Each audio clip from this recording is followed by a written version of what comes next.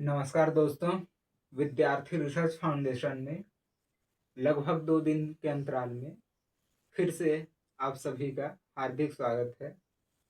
आज हम लोग एक नए कार्यक्रम के साथ या फिर एक नए एजुकेशन सीरीज के साथ आप सभी के साथ हैं।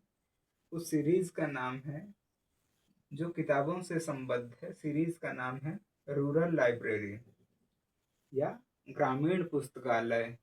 इसका नाम अंग्रेजी में रहेगा रूरल लाइब्रेरी, लेकिन आप इसको समझेंगे ग्रामीण पुस्तकालय के फॉर्मेट में। इसमें क्या होगा पहले ये बता देते हैं, उसके बाद फिर हम एक किताब के बारे में चर्चा करेंगे जिसको पढ़ करके, मतलब जिस किताब ने मेरे जीवन पर बहुत ज़्यादा प्रभाव डाला है और जिस वजह से मतलब सोचने समझने का दायरा है, जिस किताब को पढ़ के पहली बार मेरा बदलना शुरू हुआ, उस छोटे से किताब को आज जो रूरल लाइब्रेरी शुरू कर रहे हैं, तो उस पर हम पहले अंक में उसी पर बातचीत करेंगे। इसमें होगा क्या, हम किसी भी एक किताब को सप्ताह भर में खत्म करने की कोशिश करेंगे। सप्ताह लगे, बहुत मोटा हुआ तो 1 माह में छोटा छोटा करके बातचीत करेंगे। एजुकेशन चूंकि सिर्फ स्कूल जा करके ही एजुकेशन नहीं मिलता है। आप जब एक लेवल तक पढ़ लेते हैं, उसके बाद आप सेल्फ या खुद खुद ही एजुकेशन किस प्रकार से अर्जित कर सकते हैं, उसको आपको वो सारे टूल्स ढूंढने होते हैं। तो उनमें एक बहुत अच्छा विकल्प होता है, या फिर सबसे अच्छा विकल्प होता है लाइब्रेरी। और ग्रामीण इलाकों में लाइब्रेरी नहीं होते हैं, तो हमने सोचा हम ऑफलाइन लेवल पे लाइब्रेरी का विकसित विकास तो नहीं कर सकते अभी फिलहाल, लेकिन क्यों ना हमें जो किताबें पसंद हैं, जिन्हें हम पढ़ते हैं बहुत अपना दिमाग को सही डायरेक्शन में ले जाने के लिए, उन किताबों को बारी बारी से धीरे धीरे आप सभी के बीच लाया जाए, ताकि हमारे साथ साथ एक दो और साथियों का अगर सोचने समझने का तरीका विकसित हो जाता है, तो ये हमारे लिए बहुत बड़ी अचीवमेंट होगी। आज पहला ही किताब है जो एक पाठ्य पुस्तक है, बेसिकली सहायक वाचन के नाम से आपने कक्षा 8 में पढ़ा होगा, जो छत्तीसगढ़ बोर्ड का एक किताब है, जो महात्मा गांधी जी के जीवन पर आधारित है। ये एक ऐसा किताब है जो मेरे ही नहीं, मेरे अलावा आप सभी के, आप में से अधिकांश लोगों के जीवन में एक निर्णायक मोड़ या टर्निंग पॉइंट वाली किताब साबित हुई होगी। क्योंकि बाकी किताबें तो ऐसे होते हैं जो मतलब एकदम फिल्मी स्टाइल में रहेगा, या फिर किसी चीज मतलब वास्तविक चीजों से भटका कर के कंटेंट को बताया जाता है। लेकिन यहाँ पे गांधी जी के एक्चुअल, उन्होंने जो एजुकेशन लिया जन्म से लेकर के मृत्यु तक, पूरा यात्रा का वर्णन है इसमें। तो इसमें यदि हम देखें तो अलग अलग चैप्टर्स हैं, उसको झलक के फॉर्मेट में बताया गया है। पहली झलक से लेकर के 12वीं झलक तक, मतलब कुल 12 चैप्टर्स हैं इसमें। तो जैसे पहली झलक आप देखेंगे तो मोहन का बचपन, इसमें गांधी जी के बचपन के बारे में बताया गया है। उसके बाद जो दूसरी झलक है, झलक मतलब चैप्टर, पार्ट, दूसरा अध्याय जो है गांधी जी की लंदन यात्रा। तीसरी झलक है बैरिस्टर गांधी। चौथी झलक है अफ्रीका में कुली बैरिस्टर गांधी। पांचवी झलक है अफ्रीका में गांधी जी के संघर्षमय कार्य। उसके बाद छठी झलक झलक है दक्षिण अफ्रीका में बैरिस्टर गांधी का पुनरागमन। उसके सातवीं झलक में है स्वदेश में गांधी जी। आठवीं झलक में आप देखेंगे तो गांधी जी का तीसरी अफ्रीका यात्रा। उसके बाद 9वीं झलक में इंग्लैंड मार्ग से भारत प्रस्थान। 10वीं झलक में भारत में महात्मा गांधी और स्वतंत्रता आंदोलन। 11वीं झलक में संस्मरण सुमन। 12वीं झलक में विचार बिंदु है। तो ये पहले चैप्टर गांधी जी के बचपन के बारे में है, और अंतिम चैप्टर जो उनके विचार हैं उनके बारे में है। तो टोटल 12 चैप्टर्स हैं इसमें। लेकिन सबसे पहले चैप्टर से पहले गांधी जी का जो एक विचार है मेरे सपनों का भारत करके। इसके जैसे आप पहला ही पेज पलटेंगे, उसके बाद सेकंड पेज में मेरे सपनों का भारत करके लिखा होगा। तो आपको सबसे पहले इसको पढ़ना है। इससे गांधी जी के फिलॉसफी के बारे में पता चले, गांधी जी के दर्शन के बारे में पता चले। तो हम चूंकि लाइब्रेरी है तो हम किताब ले करके पढ़ेंगे। इसमें हम पढ़ रहे हैं मेरे सपनों का भारत, जो गांधी जी के द्वारा लिखा गया है या कहा गया है, ऐसा विचार व्यक्त किया गया है। गांधी जी कह रहे हैं, मैं एक ऐसे भारत को बनाऊंगा जिसमें गरीब से गरीब भी यह अनुभव करेंगे कि यह उनका देश है, जिसके निर्माण में उनकी आवाज का महत्व है, जिसमें ऊंच नीच नहीं होंगे, सभी संप्रदाय मिलजुल कर रहेंगे। ऐसे भारत में अस्पृश्यता और नशाखोरी जैसी बुराइयों के लिए कोई स्थान न होगा। मेरे स्वराज्य का ध्येय अपनी सभ्यता की विशेषता को अक्षुण्ण बनाए रखना है। मैं बहुत सी नई बातों को लेना चाहता हूँ, पर उन सबको भारतीयता का जामा पहनाना होगा। मैं पश्चिम से सहर्ष उधार लूंगा, बशर्ते मैं मूल को ब्याज सहित लौटा सकूं। भारत ने पूर्ण स्वतंत्रता प्राप्त कर ली है, ऐसा तभी कहा जा सकेगा जब जनता यह अनुभव करने लगेगी, उसे अपनी उन्नति करने तथा रास्ते पर चलने की आज़ादी है। इसको हम लोग समझने की कोशिश करते हैं कि गांधी जी ने तो एक विचार व्यक्त कर दिया, लेकिन हम ग्रामीण पृष्ठभूमि के व्यक्ति या फिर स्टूडेंट इतने समझदार थोड़ी होते हैं कि वो हर बात को समझ सकते हैं। एक दो हो सकते हैं, है ना, एक्सेप्शन हर जगह पे होते हैं। हम लोग जनरल ट्रेंड को लेकर के हम यहाँ पर बातचीत कर रहे हैं। हम लोग ये समझने की कोशिश करते हैं कि गांधी जी अपने सपनों का भारत, या फिर कई ना निबंध भी आ जाते हैं। आपको निबंध लिखने आ जाएगा कल के डेट में, 10वीं में, 12वीं में, या फिर जो प्राइमरी स्कूल होता है वहां पे आप मेरे सपनों का भारत पर ही आपको निबंध लिखने आ गया, तो आप कैसे सोच सकते हैं। यहाँ पे आप गांधी जी का एंगल भी डाल सकते हैं, यदि आप ऐतिहासिक संदर्भ लेकर के निबंध लिखना चाहें तो। और मतलब निबंध किसी एक पर्सपेक्टिव को लेकर के नहीं लिखना होता है। वो इतिहास से भी आप कुछ चीजें ले लिए, दर्शन से कुछ चीजें ले लिए, भूगोल से कुछ चीजें ले लिए, साहित्य से कुछ चीजें ले लिए, सिनेमा जगत से कुछ ले लिए, आर्ट से कुछ ले लिए। ऐसा अलग अलग संदर्भ लेकर के निबंध को मतलब कुल मिलाकर के बांधना होता है अपने जितने भी शब्द सीमा रहती है उसमें। तो आप मेरे सपनों के भारत में, आपके सपनों वाले भारत में ऐतिहासिक संदर्भ या फिर फिलोसॉफिकल संदर्भ जब लेंगे, उसमें आप गांधी जी के संदर्भों को या गांधी जी के विचारों को उसमें कोट कर सकते हैं। हम उनके विचारों को समझने की कोशिश करना चाह रहे हैं। तो गांधी जी पहले ही स्टेटमेंट में कह रहे हैं कि मैं ऐसे भारत को बनाऊंगा, है ना, बनाऊंगा मतलब भविष्य की बातें कर रहे हैं कि भविष्य में इस प्रकार से करूंगा, इस टाइप का। पहला क्या है, जिसमें गरीब से गरीब भी यह अनुभव करेंगे कि यह उनका देश है।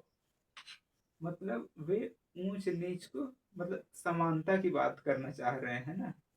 गरीब से गरीब की बात यदि बोल रहे हैं तो यहाँ समानता की बात हो रहा है। और जब उनके निधन के बाद या फिर जब आज़ाद हुआ, फिर संविधान बना, तो हम लोगों को समानता का अधिकार मिला है ना। प्रस्तावना में भी समता या समानता की बात कही गई है। तो कहीं ना कहीं वो जो सोच रहे थे वो चीज सक्सेस हो गया, है ना। वो बन पाया, संविधान में भी आ गया। हाँ, व्यवहारिक तौर पर डिबेट हो सकता है, लेकिन संविधान में तो समता का अधिकार है। ठीक है, आगे कह रहे हैं वे, जिसके निर्माण में उनकी आवाज का महत्व है।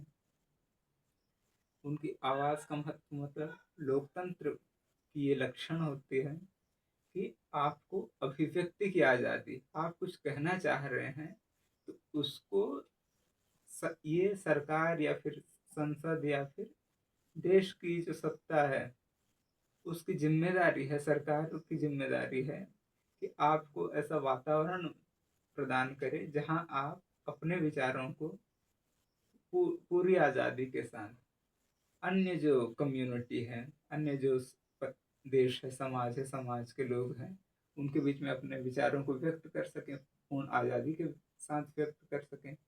आर्टिकल 19 इसी संदर्भ में है ना। और जैसे आप मान लो आप कुछ लिख करके कुछ कहते हैं, आप कुछ पढ़ करके कुछ कहते हैं, जैसे मीडिया के माध्यम से कुछ कहते हैं, ये अभिव्यक्ति से रिलेटेड है, मतलब आवाज, आपकी आवाज से रिलेटेड है।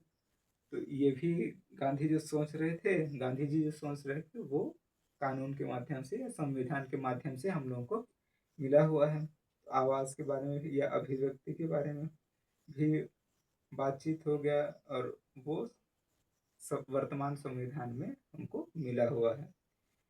आगे कह रहे हैं गांधी जी, जिसमें ऊंच नीच नहीं होंगे। ऊंच नीच नहीं, हमने समता का अधिकार के बारे में बातचीत कर लिया है ना। तो वो तो हम लोग को मिला हुआ, आगे फिर देख लेते हैं। सभी संप्रदाय मिलजुल करके रहेंगे। तो समता, भाईचारा, बंधुत्व की बात प्रस्तावना में आप पढ़ेंगे तो बंधुत्व, या अंग्रेजी में कहे तो फ्रेटर्निटी की बात कही गई है। तो ये भी बात है संविधान में। ऐसे भारत में अस्पृश्यता और नशाखोरी जैसी बुराइयों के लिए कोई स्थान न होगा। अस्पृश्यता का अंत, जैसे समता की बात कर रहे हैं ना, तो आप यदि अस्पृश्यता, अनटचेबिलिटी को आप लीगली बैन नहीं करेंगे, मतलब आप असमानता को बढ़ावा दे रहे हैं, तो समानता तो नहीं मिलेगा। तो संविधान में अनटचेबिलिटी का भी उन्मूलन या फिर अंत किया गया है। ये तो है, लेकिन नशाखोरी अभी भी चल रहा है। ठीक है, तो इसको हम लोग सरकार के भरोसे छोड़ देते हैं ना। या फिर आप यदि अपने आसपास ऐसा वातावरण तैयार करना चाहें नशाखोरी के लिए, तो आप भी कर सकते हैं। बाकी हमारे पास इतनी क्षमता नहीं है, हम सरकार के ऊपर फिलहाल इसको छोड़ते हैं। लेकिन नशाखोरी पूर्णतः अभी भी समाप्त नहीं हुआ है। गांधी जी अस्पृश्यता तो हटा दिया गया है, लेकिन नशाखोरी जैसी बुराइयों के लिए कोई स्थान न हो, ऐसा कह रहे हैं। नशाखोरी अभी भी फिलहाल चल। मेरे स्वराज्य का ध्येय अपनी सभ्यता की विशेषता को अक्षुण्य बनाए रखना है। यहाँ पर स्वराज्य आप जानते होंगे, स्व और राज्य, अपना राज्य, अपना सरकार, अपना कानून, इस प्रकार के भाव भाव इसमें स्वराज्य में छिपा हुआ है। तो आज़ादी मिली, अपना लोकतंत्र है, तो ये भी कहीं ना कहीं मोटे तौर पर अगर देखें तो ये भी हम लोगों को मिल चुका है। ठीक है, जो गांधी जी सोचते थे वो हो चुका है। मैं बहुत सी नई बातों को लेना चाहता हूँ, ऐसा कह रहे हैं गांधी जी, पर उन सबको भारतीयता का जामा पहनाना होगा। यहाँ पर हम सभी को भी बहुत सारी चीजें सीखने के लायक हैं। यहाँ पर इस लाइन पे गांधी जी यही कहना चाह रहे हैं कि कहीं पर अगर बहुत अच्छे इन्वेंशन हो रहे हैं, बहुत अच्छे डेवलपमेंट हो रहे हैं, तो आपको या हमें ऐसा नहीं सोचना है, एक स्टूडेंट लेवल पर भी, कि हम दूसरे का कॉपी क्यों करें। हाँ, दूसरे का कॉपी करें, उसको अपने हिसाब से, आपको जिस हिसाब से, आपके हिसाब से जैसा व्यवहारिक लगेगा, आपको जैसा सूट करेगा, उस हिसाब से। ये भारतीयकरण की बात कर रहे हैं गांधी जी कि मैं, ऐसा नहीं है कि मैं दूसरा देश में अगर अच्छा डेवलपमेंट कुछ टेक्नोलॉजी बन रहे हैं, वर्तमान संदर्भ को एग्जाम्पल लेकर के मैं समझाने की कोशिश कर रहा हूँ कि मान लेते हैं चाइना में कुछ अच्छे डेवलपमेंट्स हो रहे हैं, तो क्यों ना उन टेक्नोलॉजी या फिर उन डेवलपमेंट्स से लेकर सीख करके हम भारत में वैसे एक्सपेरिमेंट्स करें। हाँ, वो ठीक वैसे ना हो, लेकिन उस टेक्नोलॉजी या उस डेवलपमेंट्स का एक्सपेरिमेंट हमारे हिसाब से, हमारे वातावरण में, हमारे माहौल के हिसाब से, हमारे कानूनों के अनुरूप कैसे अच्छा से अच्छा लीगली पूरा परफेक्ट रखते हुए हम उन चीज़ों को कैसे एक्सपेरिमेंट कर सकते हैं। भारतीय जो करण है, भारत के हिसाब से, भारत के वातावरण के हिसाब से कैसे उसका मैक्सिमम बेनिफिट, मैक्सिमम यूटिलाइजेशन कर सकते हैं, ये तो कोशिश किया ही जा सकता है। तो बेशक हम दुनिया भर से कुछ भी सीखें, लेकिन उसका हम अपने वातावरण के हिसाब से, अपने माहौल के हिसाब से, अपने कानूनों के अनुकूल कैसे उसका बेहतर यूज कर सकते हैं, ये कह रहे हैं गांधी जी तब सोच रहे हैं, तो आप जानते ही हैं 64 भारत का संविधान बनाने में ही 64 से ज्यादा देशों का संविधान को पढ़ा गया, और वहाँ जो जो अच्छी चीजें थी उनको भारतीय संविधान में भारत के हिसाब से, भारत में जैसा मॉडिफाई किया जा सकता है, भारत कानूनों के अनुकूल, भारत के वातावरण के, भारत तत्कालीन परिस्थितियों के अनुकूल जिस प्रकार से भी सोचा जा सकता था, 64 से ज्यादा देशों के कानूनों को, संविधान को पढ़ करके भारत के संविधान में शामिल किया गया, वहाँ प्रावधानों को भारत के हिसाब से। आगे गांधी जी बोल रहे हैं, मैं पश्चिम से सहर्ष, मतलब मैं पश्चिमी देशों से गर्व से उधार लूंगा, लेकिन हाँ जो भी उधार लूंगा उसके मूल को ब्याज सहित लौटा दूं। कुछ समय बाद जब इतनी क्षमताएं, उधार तो पहले ले लूंगा, लेकिन जब इतनी क्षमताएं विकसित हो जाएंगी कि मैं उस चीज को अदा करना चाहूँ, तो मैं मूल प्लस ब्याज सूद समेत मतलब वापस करना चाहूंगा। ऐसा बातचीत कर, ऐसे बातें कर रहे हैं, ऐसा विचार व्यक्त कर रहे हैं गांधी जी। आगे कह रहे हैं, भारत ने पूर्ण स्वतंत्रता प्राप्त कर ली है ना। तो 1947 15 अगस्त को आज़ादी प्राप्त कर ली है, लेकिन गांधी जी ये शर्त लगा दे रहे हैं आगे कि ऐसा पूर्ण आज़ादी तो कागज पे 15 अगस्त 1947 को मिल गई, लेकिन गांधी जी आगे शर्त लगा रहे हैं कि आज़ादी प्राप्त कर ली है ऐसा मैं तभी मानूंगा कि जब जनता यह अनुभव करने लगेगी कि उसे अपनी उन्नति करने तथा रास्ते पर चलने की आज़ादी है। कागज पर तो मिल गई 15 अगस्त 1947, लेकिन आम आदमी को अपना विचार व्यक्त करने के लिए, अपने बाकी जो मतलब अधिकारों को दूसरों से मांगने के लिए, अपन जो भी मतलब फ्रीडम अपने हिसाब से जो जीना चाहे उस हिसाब से अगर हर किसी को चलने की आज़ादी है, तभी मैं उसको आज़ादी मानूंगा, ऐसा कह रहे हैं। और यहीं पर गांधी जी के विचार, जो मेरे सपनों का भारत के बारे में जो विचार थे इस किताब में, सहायक वचन गांधी जी के जीवन पर आधारित, जो हिंदी के साथ लिंक रहता है ये विषय, कक्षा 8वीं में छत्तीसगढ़ बोर्ड में, तो इतना ही विचार है। तो आपने समझा होगा, नहीं समझ में आया होगा तो वीडियो को पॉज करके 2-3 बार और देखिए, और जो जो शब्द मान लो और कठिन लगे होंगे तो उनको कमेंट में लिखिए, उनके आंसर्स मैं आपको इसी कमेंट में मैं खुद उसमें कमेंट लिखूंगा। और समझ में नहीं आएगा तो आप इसे डाउट सेशन बना करके एक वीडियो के माध्यम से हमें समझा दीजिए, बोलेंगे तो वैसे भी हम एक डाउट सेशन रख करके यहाँ पे जो भी इसी लेक्चर के नहीं किसी भी लेक्चर में समझ में नहीं आता है तो आप कमेंट बॉक्स में लिखिए, उसको मैं जब भी समय मिलेगा उस हिसाब से डाउट सेशन के माध्यम से जितने भी सवाल आएंगे उसको आपके बीच रख दूंगा। फिर नहीं समाधान होगा तो हम किसी दिन लाइव सेशन रख लेंगे, उस दिन आप आमने सामने वीडियो के माध्यम से आप बातचीत कर सकेंगे ना। तो ये आज छोटा सा वीडियो रहा इस क्लास के मतलब इस किताब के परिचय के फॉर्मेट में। इस किताब में 12 चैप्टर हैं, कोशिश करेंगे प्रतिदिन एक एक चैप्टर को इसी प्रकार से लाइब्रेरी जैसा पढ़ करके कुछ कुछ चीज़ें समझा करके हम आप तक के इस ऐसे ही और किताबें के बारे में लेकर के आते रहेंगे। और आप किस किताब को सुनना चाहेंगे, किस किताब को इस वीडियो के फॉर्मेट में हम आपके बीच लाएं, ये आप ज़रूर बता सकते हैं। बाकी 12 दिन तो इस किताब को ही कंप्लीट करने में लगेंगे, और 13वां दिन हो सके तो इस वीडियो का फिर पूरे किताब का सार हम पढ़ेंगे। तो बहुत बहुत धन्यवाद। आप इस चैनल से जुड़े रहिए। आप चाहें, आपको ज़रूरी लगे तो ही इस चैनल को सब्सक्राइब करिए, आपके ऊपर ज़बरदस्ती नहीं है कि आपको काम करना ही है फिर भी आप सब्सक्राइब कर रहे हैं। आपको ज़रूरी लगे बेहतर कंटेंट, मतलब जो आज के भाग दौड़ में बहुत ज़्यादा टेक्नोलॉजी का यूज करने से कई बार क्लास वाला फीलिंग हट जाता है, इसीलिए हम लोग एकदम सादा वीडियो बनाते हैं ताकि क्लासरूम जैसा लगे। अगर आप अगले कक्षाओं में या अगले इस रूरल लाइब्रेरी वाले एपिसोड्स में अगर ये कहीं कठिन जो शब्द होते हैं उनको आप लिख लिख करके समझाइए, तो वैसा भी हम करेंगे। और भी जिस प्रकार के भी आप सुधार चाहेंगे वैसा पूरा करेंगे हम, है ना। तो बहुत बहुत धन्यवाद, बहुत बहुत धन्यवाद। नमस्कार। Good night.